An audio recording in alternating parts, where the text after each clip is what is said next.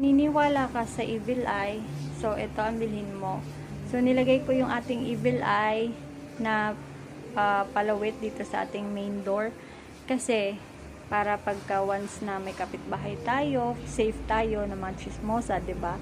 So kung naniniwala ka lang naman katulad ko, kasi ako naniniwala sa mga sa mga feng shui, sa mga ganitong evil eye natin, kasi wala namang mawawala kung maniniwala ka or bibili ka, 'di ba? So at least protektado tayo sa mga kapitbahay o kaya naman sa mga tao na pupunta dito sa bahay.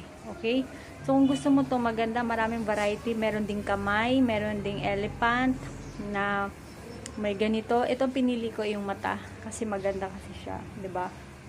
Meron din tayong puno diyan na puro mata din. So nasa 200 plus na po ito. So kung makita mong free shipping, i-grab mo na kasi maganda talaga siya. Check out na. Thanks.